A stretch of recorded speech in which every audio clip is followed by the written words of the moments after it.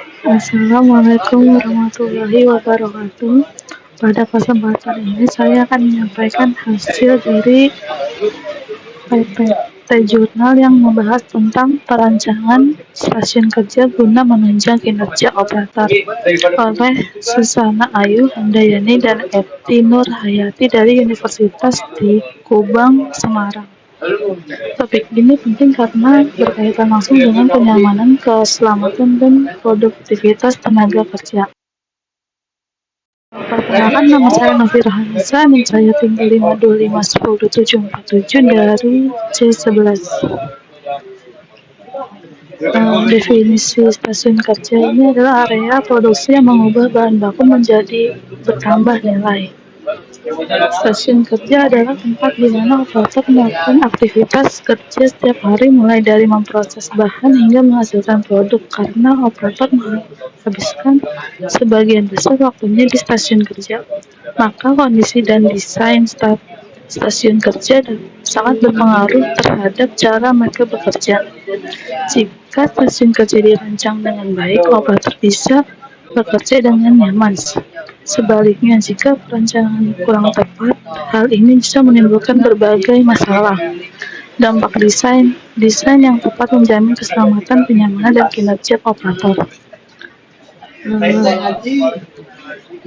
Tujuan penelitian ini mendesain stasiun kerja optimal agar operator kerja lebih nyaman.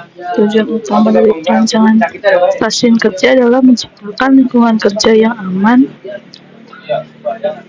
nyaman, dan efisien. Perancangan tersebut harus menyesuaikan dengan kemampuan dan keterbatasan manusia, bukan hanya fokus pada mesin atau alat. Salah satu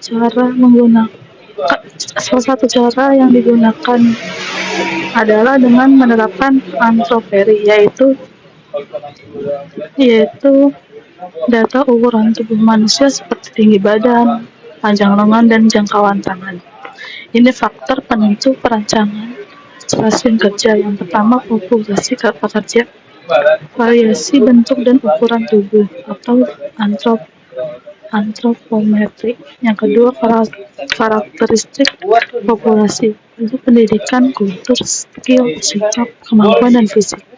Ketiga, persyaratan ergonomis data, antroperi, sifat pekerjaan, dan perilaku kerja.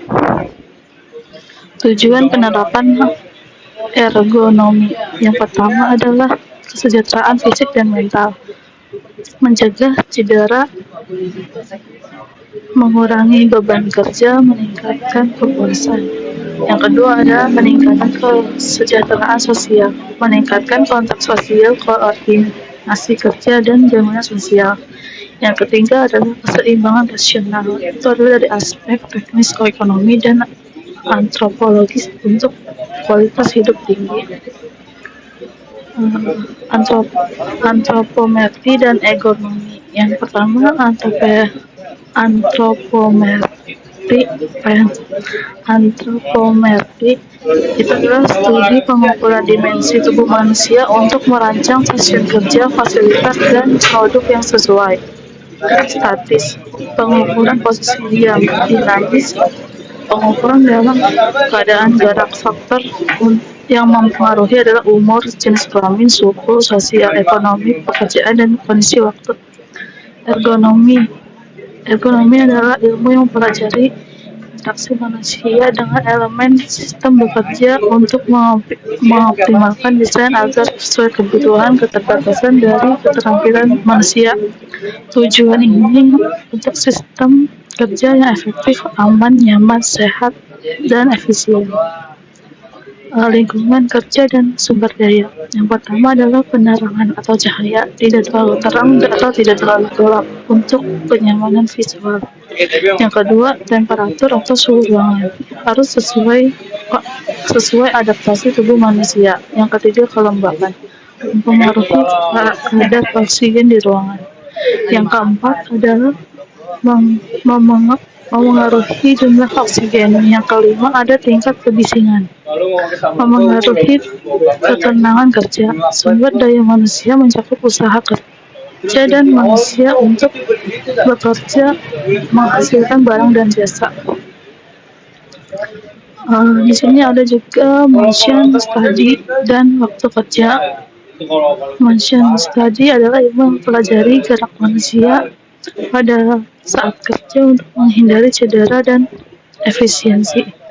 Tekniknya adalah prinsip motion study, analisis tabling, motion, micro motion study, dan CHAP.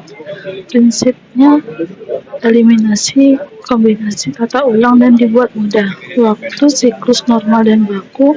Waktu siklus itu waktu antar penyelesaian dua pertemuan berturut-turut. Waktu normal, waktu siklus antara yang dikalikan faktor penyesuaian. Waktu baku atau standar, waktu sebenarnya memproduksi satu unit termasuk toleransi kelelahan. Aplikasi data, antropometri, dan pengujian. Yang pertama adalah perancangan produk ekstrim sesuai ukuran tubuh. Ekstrim terlalu besar atau terlalu kecil tetap bisa digunakan mayoritas populasi. Perancangan produk rentang ukuran. Desain fleksibel bisa diubah ukuran. Rentang 5 tahun sampai 95 tahun persentil.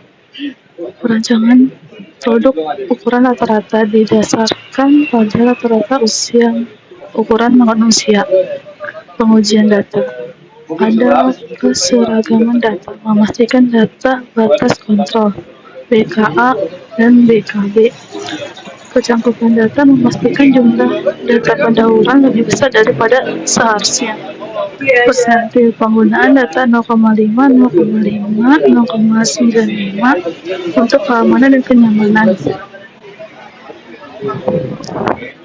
Perancangan stasiun kerja optimal berdasarkan pengamatan dan analisis lingkungan kerja operator saat ini cukup baik, namun rancangan stasiun kerja yang diambil dapat lebih meningkatkan efisiensi. Yang pertama ada data kerja. Data kerja itu membutuhkan penerangan yang cukup untuk pekerja kantor, suhu ruangan 24 Celcius, kebisingan umum 50 dB. Penggunaan warna dinding dicat putih. Alat bantu ada meja, komputer, printer, ballpoint, dan handphone. Perancangan stasiun kerja duduk. Stasiun kerja duduk dirancang untuk memaksimalkan gerakan efektif, mengurangi kelelahan, dan meningkatkan stabilitas. Tinggi meja yang disarankan sekitar 2 cm di bawah siku. Ini berikut adalah contoh-contoh rancangan untuk stasiun kerja duduk. Kesimpulannya, lingkungan kerja operator saat ini dinilai cukup baik, namun tetap perlu merancang stasiun kerja ergonomis agar kinerja dan keselamatan semakin optimal. Terima kasih atas presentasi hari ini. Saya ucapkan terima kasih. Assalamualaikum warahmatullahi wabarakatuh.